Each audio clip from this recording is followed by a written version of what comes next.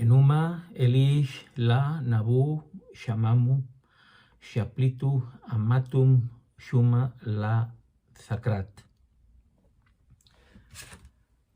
No me he vuelto loco todavía. Solo es que estaba intentando pronunciar las palabras sumerias traducidas a nuestro lenguaje que conforman el imponente poema de la creación que comienza diciendo, y ahora os lo traduzco: cuando en las alturas el cielo no había recibido nombre y abajo el suelo firme no había sido llamado. Este poema se conoce como con el nombre de Cuando en lo alto. Me parece un nombre excelente. Y así es como da inicio toda una cosmogonía sumeria escrita en las famosas tablillas cuneiformes que comenzaron a ser detectadas, conocidas y desenterradas a mediados del siglo XIX y traducidas durante décadas hasta que en los primeros años del siglo XX empezaron las publicaciones y la divulgación para todo el mundo de su extraordinario contenido. Hay un antes y un después de estos descubrimientos. Cuando ya parecía que las explicaciones científicas, filosóficas, históricas y sobre todo las religiosas habían dado sus versiones, unos locos por el conocimiento de nuestro pasado y las raíces de nuestra especie, a los que se llama sumeriólogos, exactamente igual como existen los egiptólogos, pusieron de nuevo en pie de guerra a quienes creían tener la verdad total, como dije en el pasado vídeo, que como siempre suele ser la religión.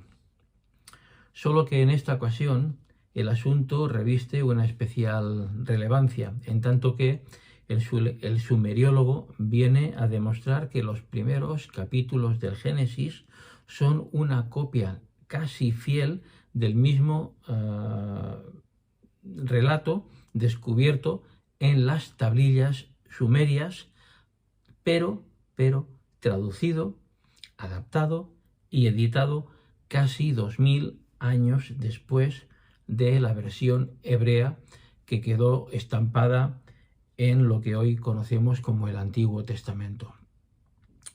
El tema que hoy os propongo a partir de estas líneas es el diluvio universal. ¿O no fue universal? Fue local. ¿Existió ese diluvio?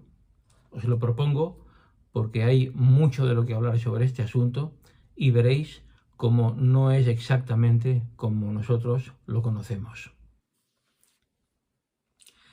En 1846, el equipo del arqueólogo británico Austin Henry Layard, excavando en las afueras de lo que hoy es Mosul, Irak, se encontraron con las ruinas de lo que una vez fue la antigua capital del Imperio Asirio, la ciudad de Nínive, que hasta entonces solo era conocida por el relato bíblico del profeta Jonás.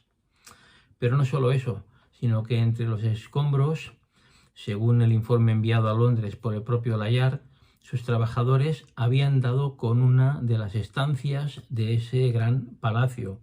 Dijeron literalmente: parece haber sido un depósito para miles de documentos cuneiformes, como veremos. Estaba por confirmar, pero creían haber encontrado la famosa biblioteca del déspota, pero muy culto para aquella época, rey asirio Asurbanipal del siglo VII a.C., quien se jactaba de su sabiduría, dejando incluso por escrito en una tablilla el siguiente párrafo: el Dios de los escribas me ha concedido el don de conocer su arte. He sido iniciado en los secretos de la escritura. Puedo incluso leer las intrincadas tablillas en sumerio, comprendo las enigmáticas palabras talladas en la piedra de los días anteriores al diluvio. La cantidad de tabletas encontradas de una sola vez es extraordinaria. Fueron cerca de 26.000 que estaban amontonadas en varias capas en el suelo, en aquella gran sala que en efecto resultó ser la biblioteca del famoso rey Asurbanipal. Muchas de las tabletas que se encontraron estaban rotas o resultaban ser ilegibles, aunque había muchísimas copias del mismo relato.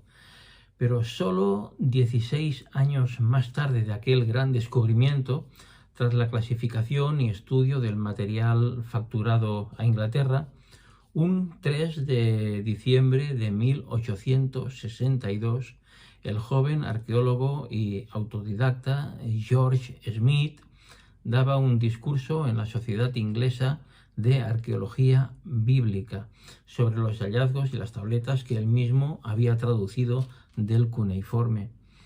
De forma especial hizo mención a un grupo de tabletas y algunas en concreto a las que clasificó como la número 11. Allí se encontraba la casi totalidad de un relato en su versión babilónica del famoso diluvio, que era casi exacto y compatible o comparable con el mencionado en la Biblia.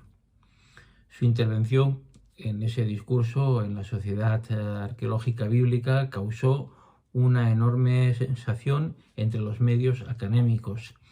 Hay que recordar que solo hacía 3 años Charles Darwin también había causado un auténtico revuelo con la publicación de su trabajo El origen de las especies en 1859, una hecatombe de la que aún no se había repuesto aquella sociedad victoriana tan religiosa.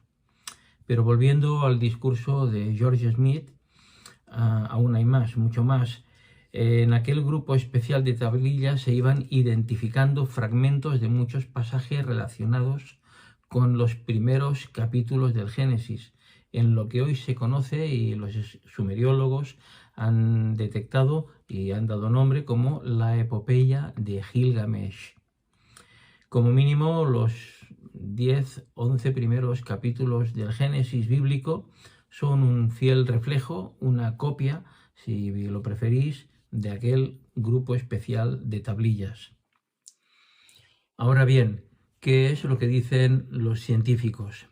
Pues climatólogos, arqueólogos y geólogos de las principales universidades del mundo están de acuerdo, y así lo manifiestan en sus publicaciones, que la última era glacial de nuestro planeta se produjo durante los años 450.000 hasta el 10.000, ya muy cercano hasta nosotros. Y dentro de esa enorme franja de tiempo, la última cuarta parte, los últimos 100 o 110.000 años, hasta el 10.000, sería el periodo llamado Holoceno, tiempo en el que se estima que el deshielo habría concluido del todo. Los seres humanos ya serían de la especie Homo, los que quedaron supervivientes al deshielo, naturalmente.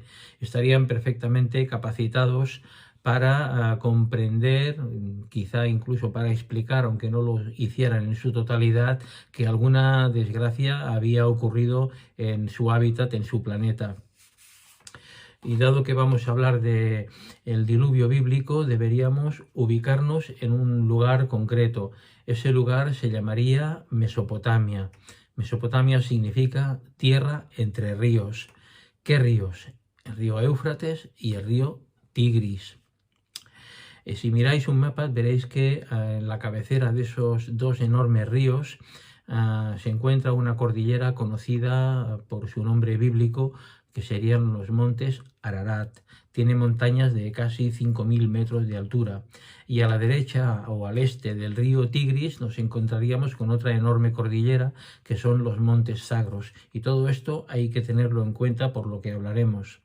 Hasta hace pocos años se creía que el deshielo se había producido durante un largo tiempo de 2.000 años, pero estudios muchísimo más recientes dicen que eso se produjo en un tiempo absolutamente récord de casi 2 años. ¿Y qué es lo que ocurrió durante ese deshielo? Lo primero que hay que decir es que se produjo un cambio climático drástico. Enormes placas de hielo se desprendieron de los dos cascos polares, el casco antártico en el sur y el ártico en el norte, yendo a vagar por los mares y océanos. Las cordilleras del Ararat y los montes Zagros llevaron formidables cantidades de agua a las cabeceras de los dos grandes ríos con sus correspondientes desbordamientos. Los océanos y los mares crecieron de una forma extraordinaria, entre 120 y 180 metros, con inmensas cantidades de tierra sepultadas, kilómetros y kilómetros para siempre. Si el deshielo coincidió o no, suponemos que sí, es de suponer que esto pudiera ocurrir con episodios de lluvias torrenciales, no se puede afirmar tampoco ni desmentir. Pero el deshielo del planeta se puede identificar con el diluvio bíblico. Dado que el relato más antiguo que tenemos de este diluvio pertenece a la civilización sumeria, vamos a ver lo que dicen otros expertos.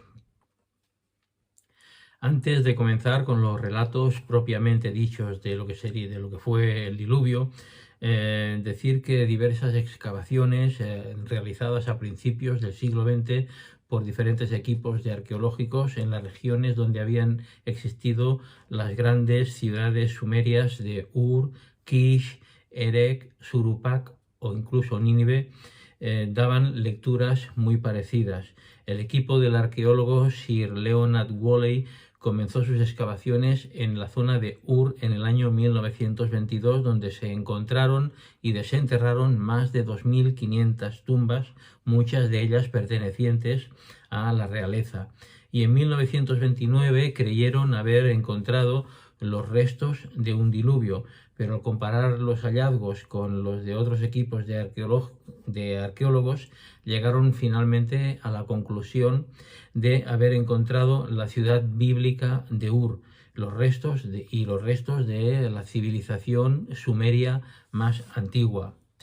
En los estratos de cieno y de barro seco se llegaron a encontrar a una profundidad de 5 metros, indicaban las múltiples crecidas y desbordamientos de los ríos Éufrates y Tigris tan habituales en aquellos tiempos.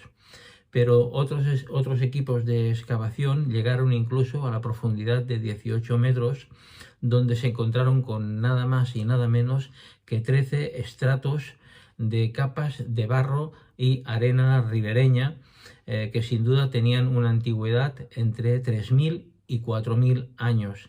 Aquello no era, pues, una de las muchas crecidas y desbordamientos de los ríos tan caudalosos como son Tigris y Éufrates.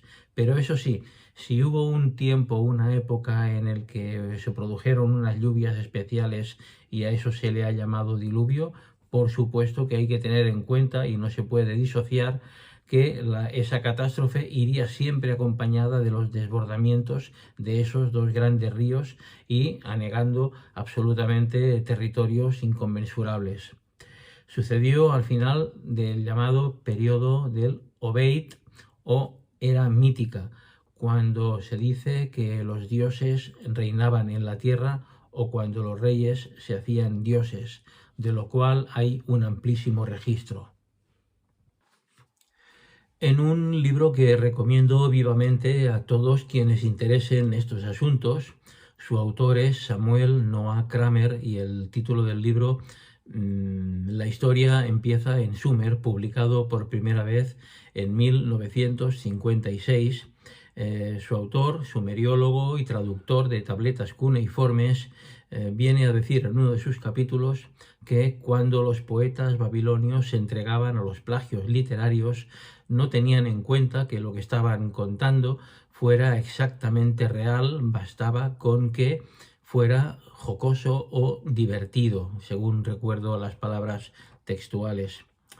Esto debería preocuparnos, o no, pero hay que tener en cuenta que una copia del Diluvio Universal se encuentra muchos años más tarde, traducida, copiada y adaptada al Génesis bíblico. Dicho lo cual, entramos ya en la primera versión del diluvio. El primer relato original del diluvio pertenece a la civilización sumeria. Hacía referencia a un evento catastrófico que, según ellos, había sucedido muchísimas generaciones antes y cuyo personaje central se llamaba Ziusudra. Este hombre era un rey de la ciudad-estado de Surupak. Era piadoso y temeroso de los dioses. Tras sobrevivir al desastre y poder salir de la barca, este hombre ofrece sacrificios a los dioses y estos, a cambio, le ofrecen a él y a su esposa el don de la vida eterna. Este escrito tiene una antigüedad, y como digo, es el original, tiene una antigüedad de 1700 a 1800 años antes de Cristo.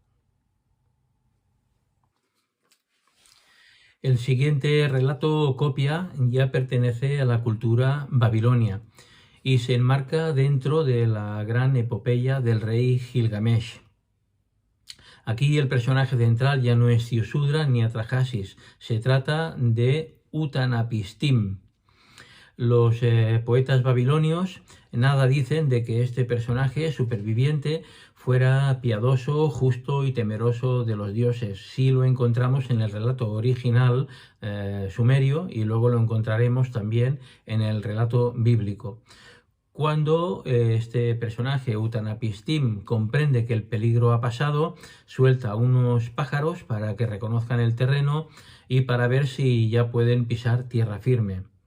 En la epopeya babilonia, el rey Gilgamesh quiere alcanzar la inmortalidad y va en busca de este personaje, Utanapistim, del que ha oído que este hombre ha alcanzado la vida eterna. Cuando se encuentra con él, el superviviente le dice al rey que a él no se le ha concedido el don de la inmortalidad y por tanto cuando llegue su hora deberá morir. Por último, ya ni más ni menos que con 1200 años de diferencia, nos encontramos con la versión bíblica. Su personaje, como todo el mundo sabe, es Noé. 1200 años respecto de la versión original sumeria. Los escritores bíblicos del siglo V y IV innovaron el relato añadiendo que al final de la catástrofe, cuando Noé ya ha descendido de la barca y ha hecho una ofrenda a Dios, le dice que nunca más va a volver a destruir la tierra con una catástrofe similar. Otras diferencias serían que mientras que en el poema sumerio el diluvio tiene una duración de 7 días, en el relato babilonio el diluvio solo dura 6 días. Y por alguna razón los hebreos, los escritores bíblicos, le dieron el número de 40 días y 40 noches. Vale la pena recordar el simbolismo que para los hebreos tienen los números, y en la página 146 de mi libro De Luxor a París hablo de esta cuestión detalladamente. ¿Y cuál puede ser la causa de ese diluvio? En la región de Mesopotamia hubo un antes y un después. Todo lo que se conocía, fueran sus dinastías de reyes, fueran sus gentes, fueran los acontecimientos, fueran ciudades, tenía que tener una referencia y saber si había sido antediluviano o postdiluviano. Ahora, por centrarnos en el tema del diluvio, omitiré hablar del cómo y para qué los dioses, según este relato sumerio, llegaron a crear la raza humana. Es un tema extenso en el que probablemente necesite un vídeo a propósito. Pero lo cierto es que los hombres llegaron a multiplicarse, también lo dice el texto bíblico, capítulo 6 del Génesis, y un dios, en este caso el dios Enlil, quiso acabar con la raza de seres humanos porque le molestaba muchísimo el ruido que hacían los hombres. Permitidme leer un fragmento del poema original que aquí tengo, y dice así: la tierra se extendía, la gente se multiplicaba en la tierra, como toros salvajes yacían, El dios se molestó con sus uniones. El dios Enlil oía sus declaraciones y dijo a los grandes dioses: las declaraciones de la humanidad se han hecho agobiantes. Sus uniones no me dejan dormir. Entonces el dios Enlil estaba preparando ya un plan para acabar con la humanidad. Y la primera opción no fue ni mucho menos enviar el diluvio. La primera opción fue acabar con la humanidad a base de enfermedades, plagas y pestes. Pero no funcionó, porque los hombres seguían multiplicándose.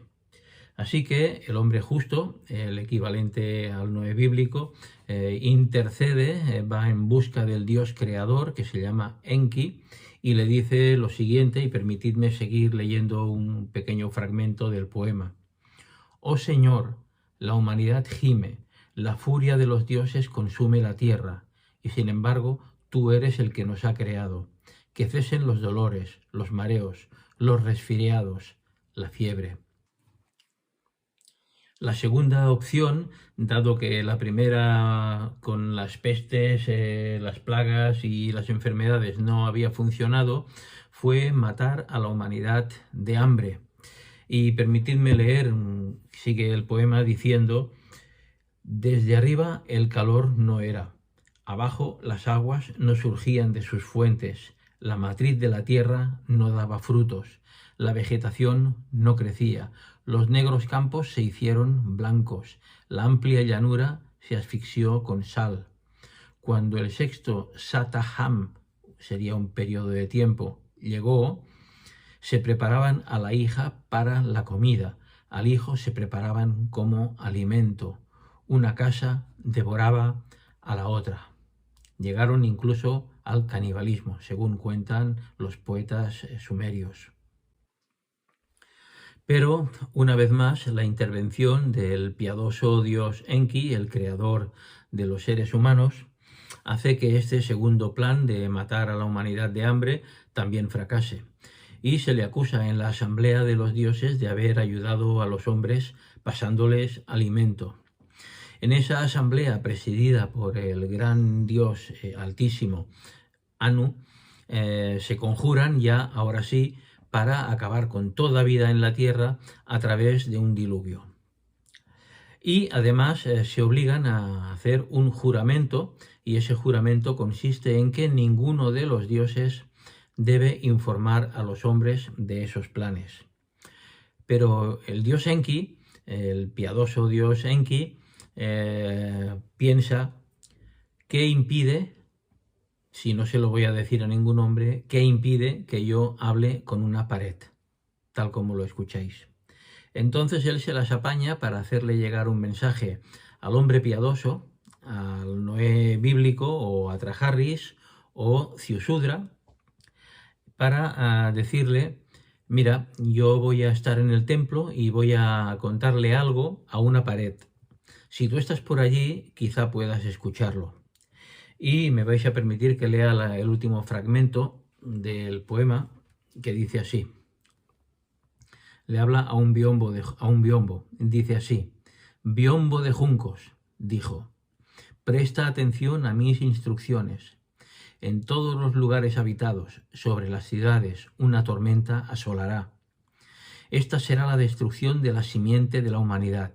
Este es el último fallo, la palabra de la asamblea de los dioses, la palabra dicha por Anu, Enlil y Ningursak.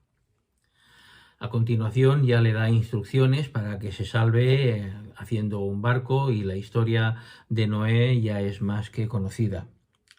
Sin embargo, en el caso del diluvio bíblico, lo encontramos en el capítulo 6, cuando los hombres han alcanzado una cierta maldad y Dios dice que su espíritu no va a permanecer con el hombre para siempre, y le dice que sus días van a ser solamente 120 años.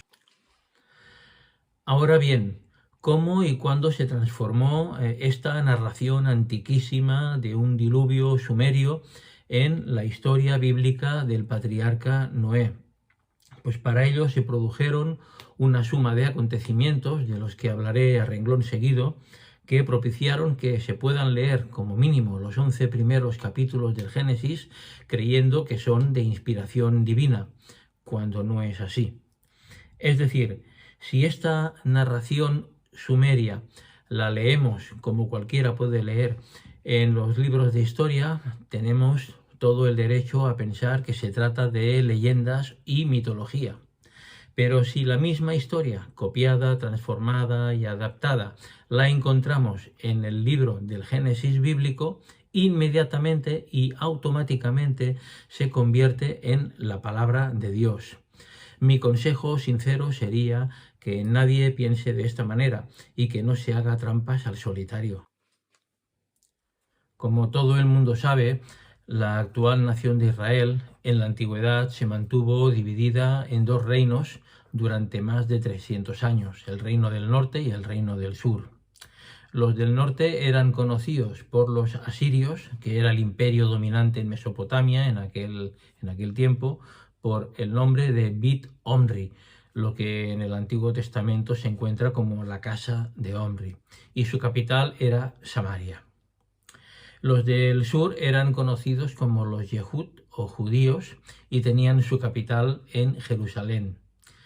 Los del norte ya estaban pagando hacía tiempo enormes cantidades de tributos de vasallaje al imperio asirio, hasta que su último rey, que se llamaba Oseas, tuvo la idea de, y lo estoy resumiendo mucho, de dejar de pagar impuestos a los asirios, lo cual no fue una brillante idea porque esto colmó la paciencia del emperador asirio y acabó por anexionarse todos los territorios del norte, asaltar la capital Samaria, tomarla, y esto era el año 722 a.C. Entre tanto, los del reino del sur, a los llamados judíos o Yehud, con su capital en Jerusalén, veían un tanto de lejos y con cierta distancia lo que les había ocurrido a sus vecinos del norte, y en lugar de poner sus barbas a remojar, los criticaron diciendo que eran unos pecadores, porque se habían casado con hombres y con mujeres asirios, e incluso habían ofrecido sacrificios a sus dioses, lo cual era una blasfemia y naturalmente estaba absolutamente prohibido por la ley. Todos esos sufrimientos que deberían estar pasando les estaban bien merecidos por haber sido infieles al Dios Jehová. Pero pasaron 135 años y ¿quién se iba a acordar ya de lo que sucedió antaño a los del norte y qué suerte habrían corrido? Cuando en ese mismo territorio de Mesopotamia se levantó otro gran imperio que derrotó a los asirios. Este imperio fue el imperio babilónico, con su rey Nabucodonosor II a la cabeza. El reino del sur, Judá o Yehud, no tardaron demasiado en caer exactamente por los mismos motivos que habían caído los del norte. Pues el rey judío Sedecías, el último rey que tuvieron, tuvo exactamente la misma idea, la brillante idea que tuvo el rey Oseas del norte, dejar de pagar los tributos. Pero el rey Nabucodonosor no tenía demasiada paciencia, no era ningún santo. Lo mandó prender y ante su presencia hizo asesinar a sus dos hijos y luego a él le quitaron los ojos. A continuación destruyeron el templo, se anexionaron todos los territorios y la mayor parte de la población fue exiliada a Babilonia. Esto ocurrió en el año 587 a.C. Ya voy hacia la respuesta de cómo y cuándo el relato de un diluvio original sumerio quedó plasmado en las primeras páginas de la Biblia, en el libro del Génesis. Pero permitidme seguir por unos minutos en la previa de este asunto, porque en esta especie de serial de Juego de Tronos, otro gran imperio se había levantado al este de Mesopotamia, eran los iranios. Para que nos entendamos, el imperio persa con su rey Ciro a la cabeza. Y era ya el año 538 a.C., como veis las fechas van hacia atrás, siempre hacia el nacimiento del cristianismo, cuando el ejército del imperio persa entró por las puertas de Babilonia, se llaman las puertas de Istar, que se abrieron de par en par sin ofrecer resistencia alguna. No sabemos exactamente la fecha, pero según el testimonio bíblico del primer libro de Esdras o al final del segundo libro de las Crónicas, que dice que en el primer año del reinado en Babilonia del rey Ciro, recibió una orden divina para hacer algo concretamente, para dar libertad a los judíos para que regresasen a su tierra. Exactamente el texto, permitidme que lo tenía separado aquí. Aquí tengo un cilindro, como veis, una fotografía con dos textos pequeños del editor y un texto del rey Ciro, que voy a leer a continuación. Dice así el texto del rey Ciro, escrito en el cilindro que él mandó escribir. Al entrar pacíficamente en Babilonia y establecer la residencia de mi mando en el palacio de los príncipes, Marduk, el gran señor, obligó a que el corazón de los babilonios se inclinase hacia mí. Así liberé a los habitantes de Babilonia de un yugo deshonroso para ellos. Yo, Ciro, el rey de reyes, el gran rey, el rey de las 4 partes del mundo. Y ahora, por decir algo, el texto que escribe aquí el editor abajo, el editor de este diccionario bíblico, CLIE, dice así: estas palabras coinciden con la afirmación del último versículo del libro de las Crónicas. Yo no es que no me lo crea, pero he querido leerlo. Y el último versículo del libro de las Crónicas dice: Ciro, rey de Persia, dispone lo siguiente: el Señor Dios de los cielos ha puesto en mis manos todos los reinos de la tierra y me ha encargado que le construya un templo en Jerusalén, que está en la región de Judá. Así que cualquiera de vosotros que pertenezca al pueblo del Señor, que el Señor su Dios le ayude y vaya allá. Y la verdad, no le encuentro ningún parecido al libro bíblico con el texto que hemos leído auténtico del rey Ciro. Pero por añadir algo más, permitidme, porque en el libro de Luxor a París, el segundo que mandé editar, yo añadí algunos datos más.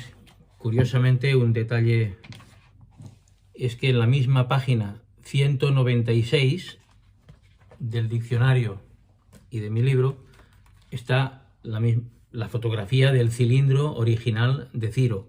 Es una absoluta casualidad, ¿eh?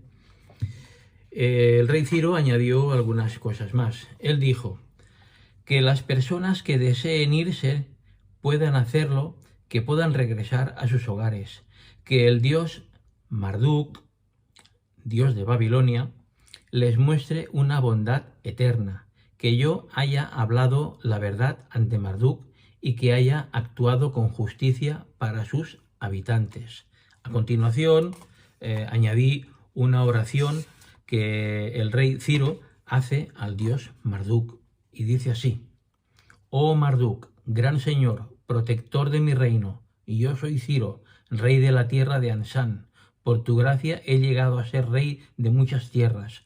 Ahora me has entregado a mí Babilonia y me has permitido entrar en paz en la ciudad. Yo, como verdadero adorador de Marduk, el señor de los dioses, hago todo lo posible por honrarte y cumplir tus deseos.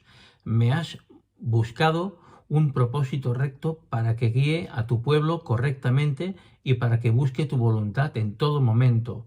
Como tal, he ordenado la reconstrucción de los templos sagrados que habían sido abandonados durante mucho tiempo y he devuelto a sus dioses locales a sus santuarios para que sean adorados en su gloria. Gran Señor, sigue guiando mi mano y permite que mi reinado sea exitoso y próspero.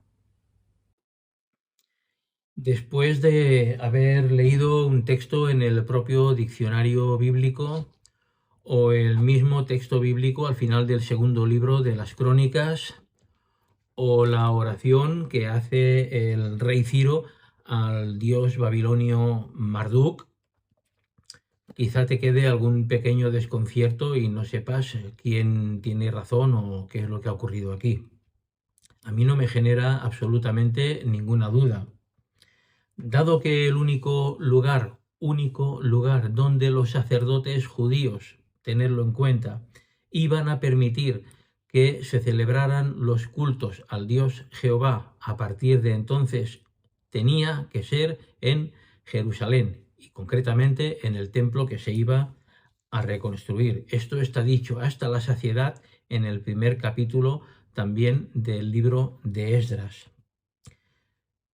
La intencionalidad con que se escribieron esos textos fue ni más ni menos que una hábil maniobra sacerdotal. Pero aún hay algo más.